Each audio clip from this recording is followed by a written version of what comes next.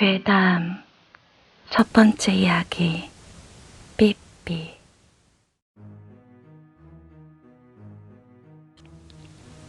이 이야기는 사촌 언니의 친구에게서 들었던 이야기입니다. 언니가 고등학생 시절 친구 4명과 함께 야산에서 야경을 즐기고 있었습니다. 당시 삐삐가 유행하던 시절이라서 서로의 삐삐를 돌려가며 구경하고 있었습니다. 한참 삐삐를 구경하던 사촌 언니의 시야에서 3개의 동산이 보였습니다. 야! 저기 조그만 산이 있어!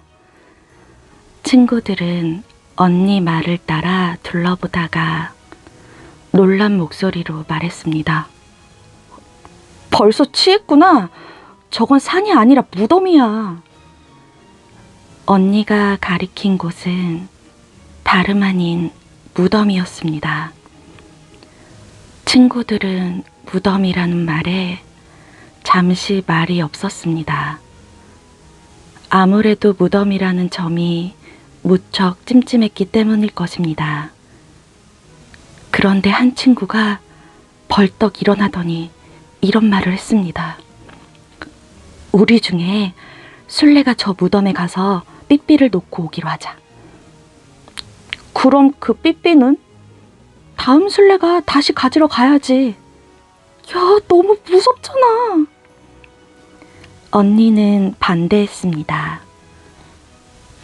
무덤까지는 거리가 꽤 되었고 가는 길은 나뭇가지들로 가려져 보이지 않았습니다. 더구나 지금은 깊은 밤이었습니다. 여고생 혼자 그런 게임을 하기에는 무리가 있었습니다. 그런데 꼭 이럴 때마다 나서는 친구가 한 명씩은 꼭 있었습니다. 야, 재밌잖아. 맞아. 그 한마디에 언니의 의견은 무시되었고 게임을 하기로 결정되었습니다. 가위바위보로 술래를 정하는데 태어나서 이렇게 떨려본 적은 처음이었습니다. 그래도 다행히 언니는 술래를 피해갔습니다. 첫 번째와 두 번째 술래가 차례로 정해졌습니다. 다행이다. 반대로 술래가 된 친구들은 입술이 불룩 나와 있었습니다. 첫 번째 술래가 삐삐를 들고 무덤으로 향했습니다. 그리고 한참이 지나고 나서야 헐레벌떡 달려왔습니다. 아무것도 없었어? 친구들이 이구동성으로 물었지만 술래였던 친구는 고개를 설레설레 저었습니다. 무덤의 정중앙 위에 올려놓고 왔다는 것입니다. 다음에는 두 번째 술래가 삐삐를 가져올 차례였습니다. 두 번째 술래가 다녀왔을 때였습니다. 야, 너 삐삐 어디다 둔 거야? 무덤 바로 위에 올려놨다고 했잖아. 아무리 찾아봐도 없었어. 무덤 위를 전부 더듬어 봤다고. 언니는 자신의 삐삐가 아니어서 안심했습니다. 그런데 이게 웬일이랍니까? 첫 번째 술래였던 친구가 이렇게 말하는 것이었습니다. 그거 미희 건데? 미희는 바로 언니의 이름이었습니다. 미희 언니 몰래 장난으로 자신의 것 대신 가져간 것이었습니다. 언니는 깜짝 놀라서 자신의 삐삐를 찾아보았지만 친구의 말은 사실이었습니다. 나 몰라. 이제 어떡해. 언니가 울상을 짓자 이번에는 모두 함께 가보기로 하고 무덤가로 향했습니다. 당연히 있으리라고 생각했던 삐삐는 찾을 수가 없었습니다. 그래서 다음날 낮에 다시 찾으러 갔는데 신기하게도 그렇게 찾아도 없던 삐삐가 무덤의 정중앙에 놓여있던 것이었습니다. 그래서 얼른 삐삐를 주워서 집으로 가져왔습니다. 집에 돌아온 언니는 메시지를 확인해 보았습니다. 그런데 삐삐에 쑤신 메시지가 꽉 차 있었습니다. 언니는 왠지 모를 불길한 마음으로 수화기를 들었습니다. 처음 메시지는 정말 조용했습니다. 그러나 풀벌레 소리가 작게 녹음되어 있었습니다. 두 번째 메시지에는 부스럭거리는 소리가 들렸습니다. 세 번째 메시지에는 갑자기 날카로운 소리가 들렸습니다. 마치 무엇인가 뒤틀리는 듯, 더 정확하게 표현하자면 돌과 돌이 부딪혀 관이 열리는 소리였습니다. 네 번째 메시지에는 누군가가 일어서는 듯한 소리가 들렸습니다. 다섯 번째 메시지에는 무엇인가 물체를 꽉 쥐는 듯한 소리가 났습니다. 그리고 마지막 여섯 번째 메시지를 틀었을 때였습니다. 이제부터 평생을 함께하는 거야. 언니는 수화기를 집어 던졌습니다. 다른 친구들을 불러 확인해 보았지만 메시지는 이미 모두 지워진 채였습니다. 한 달 후 사촌 언니는 정신병원에 입원했습니다. 그리고 지금까지도 그 병원에서 나오지 못하고 있습니다. 전신 거울 속의 남자.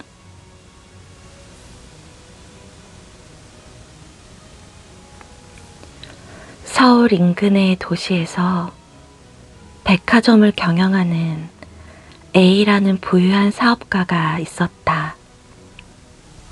그는 평상시 구두쇠라는 평이 자자했다.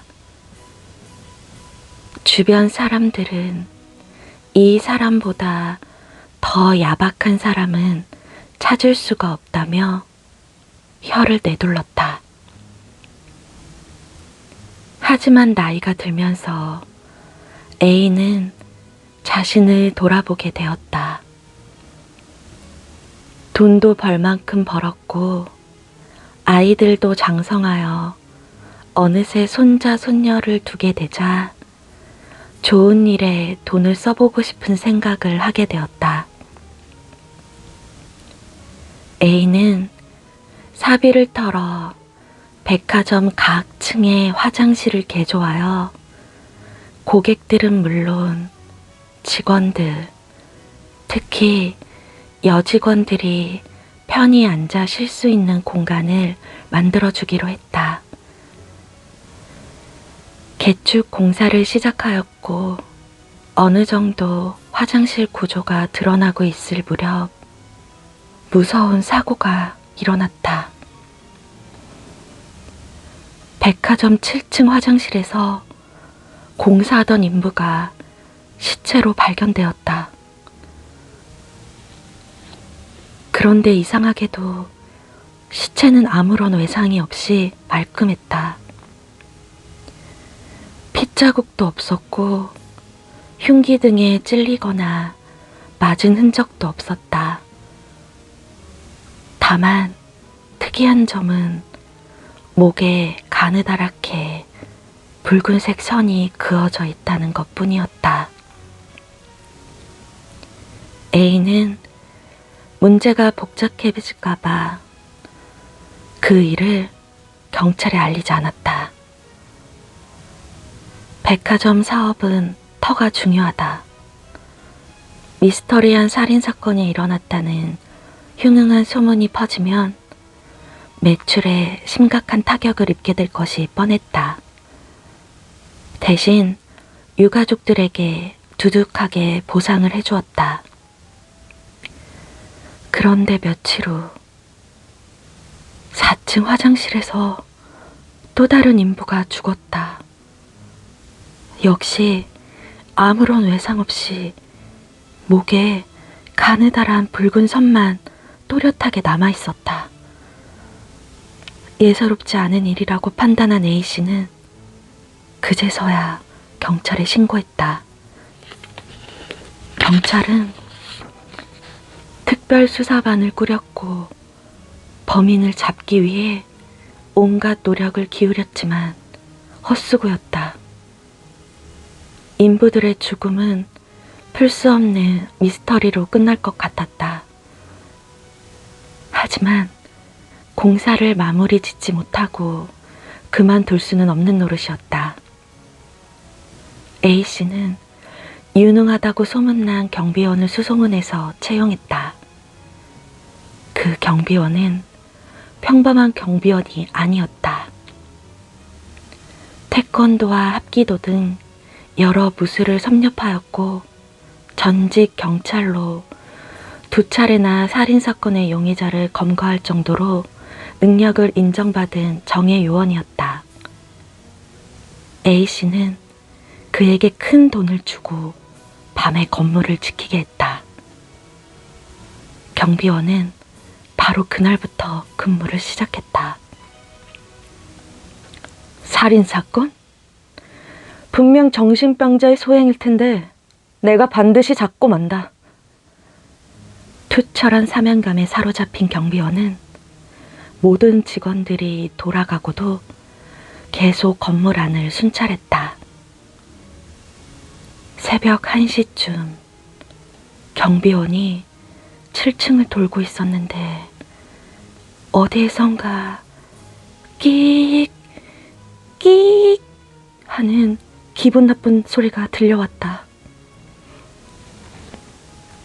경비원은 빠른 걸음으로 7층 이곳 저곳을 둘러보며 소리의 근원지를 찾았다. 하지만 백화점은 한 층이 워낙 넓어서 아무리 빨리 다녀도 전체를 다 다니기가 힘들었다. 숨이 턱까지 차올랐지만 정확히 어디에서 소리가 나는지 알 수가 없었다. 그러다가 경비원은 7층 화장실 앞에서 멈춰섰다. 소리는 화장실 안에서 들려오고 있었다. 경비원은 살금살금 화장실로 다가가 힘껏 문을 열어젖혔다. 화장실 문을 연 경비원은 일순간 놀라 뒤로 넘어갈 뻔했다. 웬 남자가 자기에게 확 달려드는 것이 아닌가? 경비원은 방어 자세를 취하다가 순간 맞은편에 자신의 모습을 보고 콧웃음을 쳤다. 화장실 안에서 그에게 달려든 남자는 커다란 전신 거울 속에 비친 자신이었던 것이었다. 경비원은 거울을 샅샅이 살펴보았다. 아무래도 지금까지 화장실에서 죽은 사람들은 거울에 비친 자신의 모습을 보고 놀라서 죽은 것이 아닌가 하는 생각이 들었다. 게다가 전신 거울 옆에는 아직 정리되지 않은 타일 조각들이 어지럽게 널려 있었다. 거울을 보고 놀라서 비틀대다가 뾰족한 타일에 목이 긁힌 게 아닐까? 그렇게 잠정적으로 결론을 내린 경비원은 너무 늦은 시각이라 A씨에게 전화를 하는 대신 문자를 보냈다. 사장님, 사고 원인을 알아냈습니다. 화장실에 걸려있는 전신 거울 때문에 인부들이 놀라서 심장마비로 죽은 것 같습니다. 목의 자상은 쓰러질 때 거울 옆에 타일 조각에 긁히면서 생긴 것 같습니다. 경비원은 의기양양하게 전송 버튼을 누르고 화장실에 들어가 느긋하게 볼일까지 보고 나왔다. 얼마 지나지 않아 A씨로부터 전화가 걸려왔다. 경비원이 전화를 받자마자 A씨가 미친 듯이 소리를 질렀다. 당장 거기서 나와요. 어서 빨리 나와요. 네? 왜 그러세요? 경비원이 놀라서 물었다. 아직 화장실에 거울을 달지 않았단 말이에요. 그 말을 듣자마자 경비원은 전신 거울이 있는 쪽으로 고개를 돌렸다.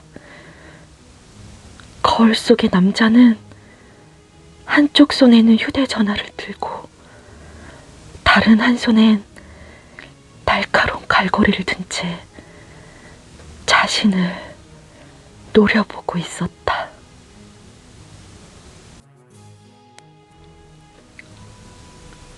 이상한 외출. 2008년 가을, 내가 병원에 있을 때의 일이었다. 나는 아픈 것보다 하루 종일 병원에 있는 것이 더 괴로웠다. 얼마 전까지만 해도 지루할 틈도 없이 몸이 고통스러웠지만 최근 상태가 좋아져서 전처럼 아프지는 않았다. 그래서 병실에 앉아있기도 하고 옆 침대의 사람들과 얘기도 하곤 했다. TV 프로그램은 거의 외우다시피 할 정도로 며칠 동안 TV만 보기도 했다. 무료해진 나는 앞으로 퇴원해서 하고 싶은 것들을 노트에 적어보기도 했다. 일단 병실 안에서 할 수 있는 일부터 해보기로 했다. 나는 간호사 언니가 병실에 들어왔을 때 물었다. 언니, 나 요 앞에 도서관에서 책 좀 빌려와도 돼요? 응, 아영아. 선생님께 여쭤보고 얘기해줄게. 잠깐만 기다려. 잠시 후 간호사 언니는 우울한 표정으로 내 앞에 섰다. 나는 역시 아직은 안 되는구나 하고 체념했다. 그때 갑자기 간호사 언니가 얼굴 표정이 밝아지며 말했다. 허락하셨어. 지금 2시니까 7시까지만 들어오면 돼. 휴대전화 꼭 챙겨가고. 그런데 혼자 갈 수 있니? 내가 어린애인가요? 요 근처에 있는 도서관도 혼자 못 찾아가게요? 외출이라니 꿈 같은 일이었다. 나는 요즘 이렇게 웃는 순간이 많아졌다. 행복이 다시 찾아오는 것만 같았다. 그런데 선생님이 너한테 한 가지 당부 말씀을 하시더라. 도서관 뒤쪽 언덕에는 가지 말라고. 너무 기운 빼지 말라고 하시는 말씀일 거야. 너무 신경 쓰지는 마. 네, 언니. 명심할게요. 그럼 저 나갔다 올게요. 나는 퇴원할 때 입으려고 고이 보관해 놓았던 옷으로 갈아입었다.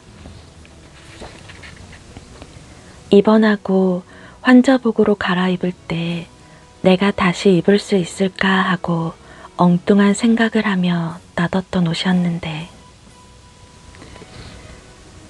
병실을 나와 엘리베이터를 탔다. 1층을 누르고 기다리는데 엘리베이터가 올라가는 느낌이 들었다. 이상하다.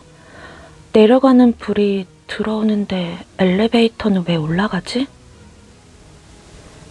분명 올라가는 느낌이었다.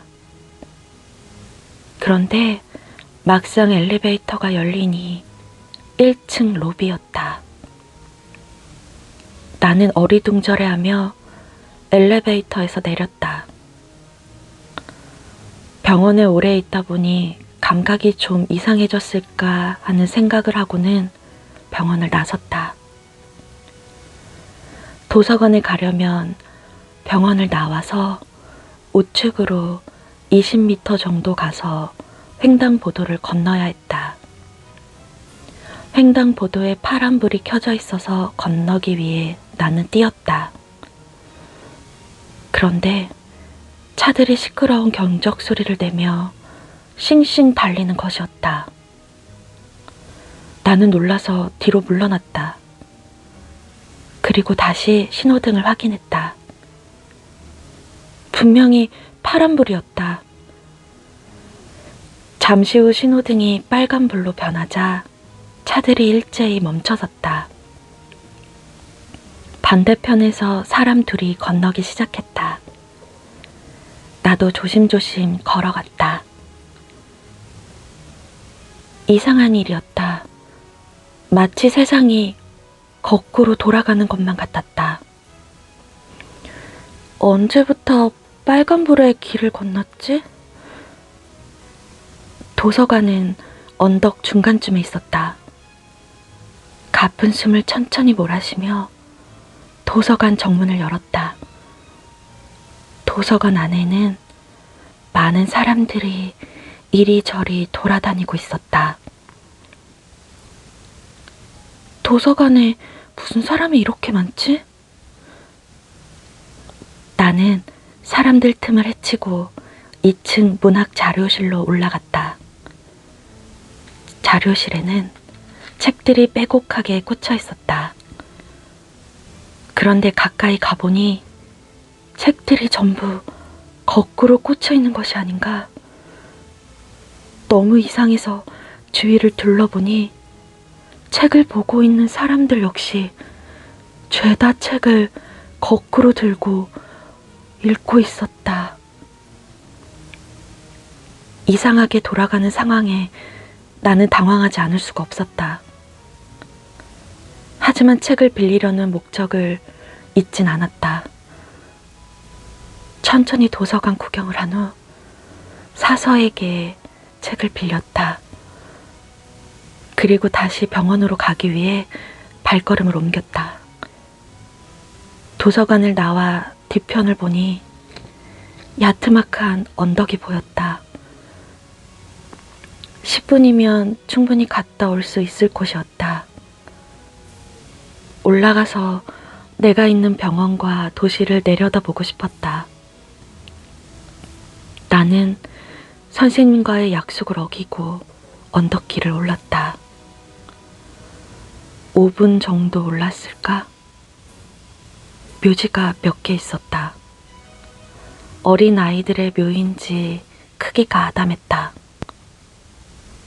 그런데 세 번째 묘를 보는 순간 나는 내 눈을 의심하지 않을 수가 없었다. 2008년 여름, 봄빛 병원에서 김아영, 19세의 짧은 생을 마감하고 이곳에 묻히다. 나와 이름과 나이가 똑같았다. 동명이인이겠지 하고 생각한 순간 묘지 앞에서 할머니가 내게 주신 목걸이가 반짝거렸다.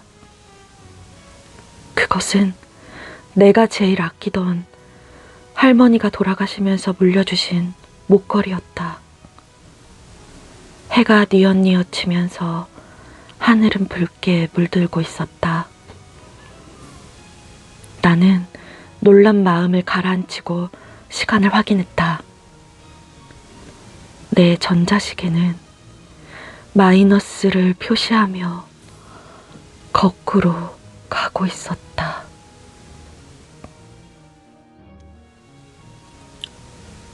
어제 죽은 친구.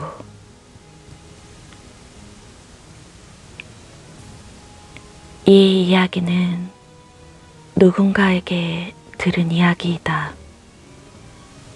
그것은 순전히 못된 호기심에서 시작된 일이었다. 야, 우리 동우한테 연락해볼래? 진호가 장난기 섞인 목소리로 말했다. 미쳤냐? 그딴 장난을 왜 해? 영민이 펄쩍 뛰었다. 궁금하잖아. 어떤 반응이 오는지 궁금하지 않냐?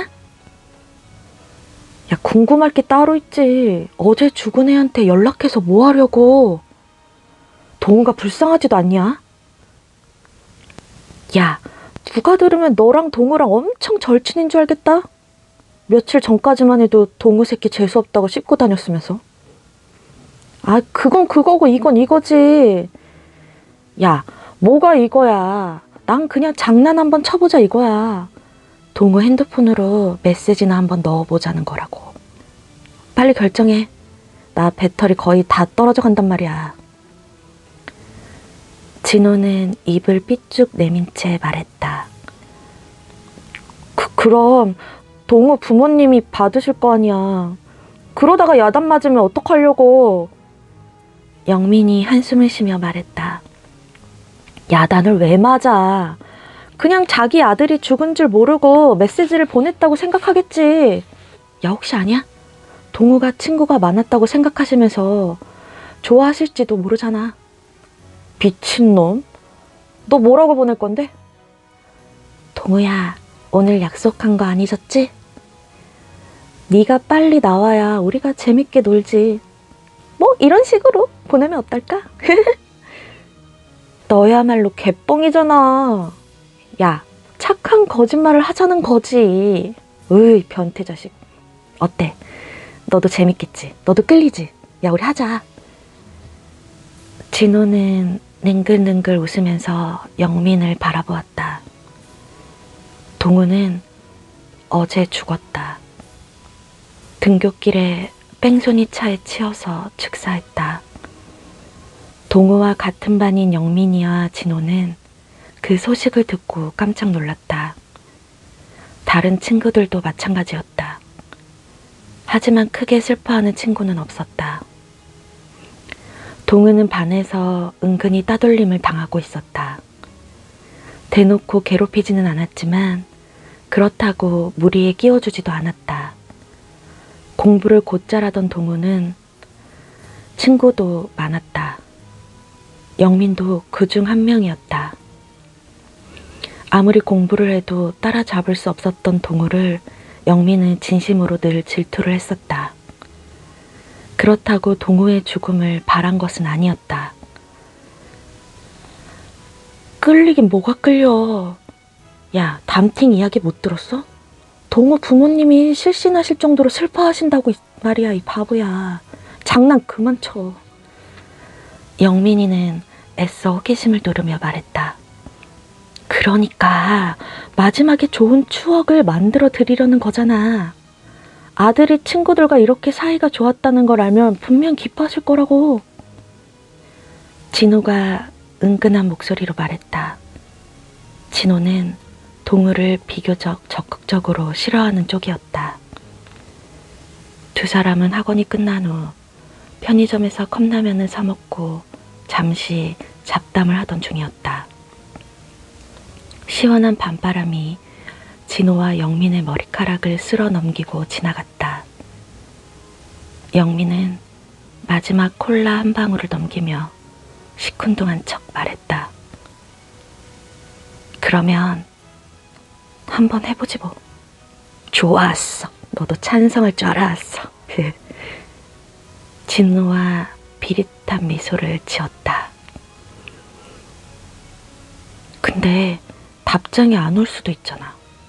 걔 핸드폰이 멀쩡하다는 보장도 없고 부모님이 안 가지고 계실지도 모르잖아. 영민이 말했다. 그러면 할 수 없지 뭐. 야, 일단은 보내보자. 잠깐만 기다려봐. 동우 번호가 뭐였지? 핸드폰에서 동우의 전화번호를 찾은 진호가 메시지를 입력하기 시작했다. 동우야, 어서 나와. 우리 오늘 만나서 놀기로 했잖아. 너 없으니까 하나도 재미가 없다. 야, 어때? 이렇게 보낸다? 야, 그래도 아무리 생각해도 너무한데? 너무하긴 뭐가 너무해. 너도 좋다고 했잖아. 진호는 망설이지 않고 전송 버튼을 눌렀다. 메시지는 곧바로 발송되었다. 야, 근데 전화가 오면 어떡해? 동우 부모님이 전화할 수도 있잖아. 영민이 그렇게 말했을 때였다. 띠링! 메시지가 날라왔다. 왔다. 진호가 잔뜩 흥분한 채 메시지를 확인했다. 알았어. 지금 가고 있어. 메시지를 보냈다. 메시지를 확인한 두 사람은 서로의 얼굴을 말없이 바라보았다. 헐, 대박. 진호가 한마디를 했다. 대박은 무슨 대박이야. 답이 왔잖아. 영민이 당황한 목소리로 말했다. 답이 오길 바란 거 아니었어? 진호가 물었다. 이런 답은 예상 못했잖아. 야, 이건 진짜 동우가 보낸 것 같잖아. 에이, 야, 그럴 리 없잖아. 죽은 애가 어떻게 살아나와. 저쪽에서도 누가 장난친 거겠지. 야, 그걸 어떻게 알아? 확인해보면 되지. 다시 메시지를 보내보자. 뭐라고 보낼 건데? 약속 장소가 어딘지 알아? 이렇게 보내자고. 진호는 메시지를 보냈다. 잠시 후 답장이 왔다. 알아. 조금만 기다려. 오, 야, 메시지 세게 오는데? 야, 동우 부모님은 아닌 것 같고 뭔가 이상해. 혹시 다른 사람이 동우 핸드폰을 가지고 있나? 미친놈? 야, 만약 그게 아니면 어떡하려고? 영민이 발끈하며 물었다. 야, 그게 아니면 너 설마 이상한 상상이라도 하는 거야? 어? 진호는 계속 재미있다는 표정이었다. 당연히 그건 아니지. 영민이 더듬거리며 말했다. 야, 그럼 다시 보내봐야지. 다시 보내자. 그런데 넌 지금 어디야? 라고 메시지를 다시 보냈다. 띠링. 답이 왔다. 병원에서 조금 전에 출발했어. 진호는 눈을 빛내며 메시지를 몇 번 더 주고받았다. 병원은 왜? 너희들도 알잖아. 너희들이라니 여기 누가 있는지 알아? 너랑 영민이잖아. 그럼 여기가 어디게? 편의점. 뭐야? 우리가 여기 있는 거 어떻게 알아 너?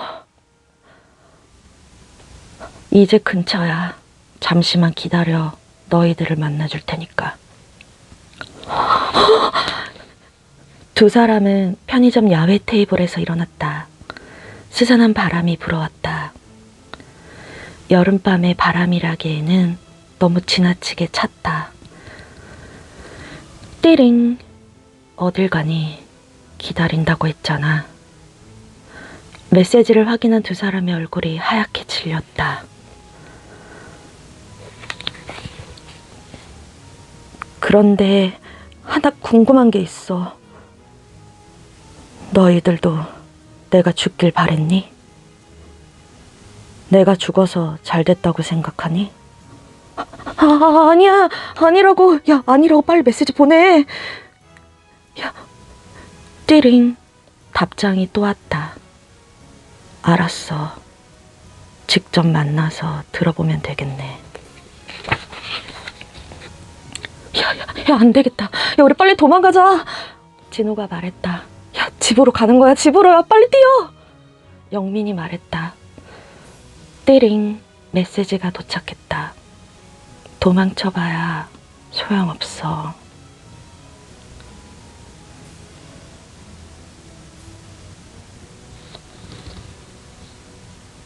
뒤를 돌아보니 그 친구가 서 있었다.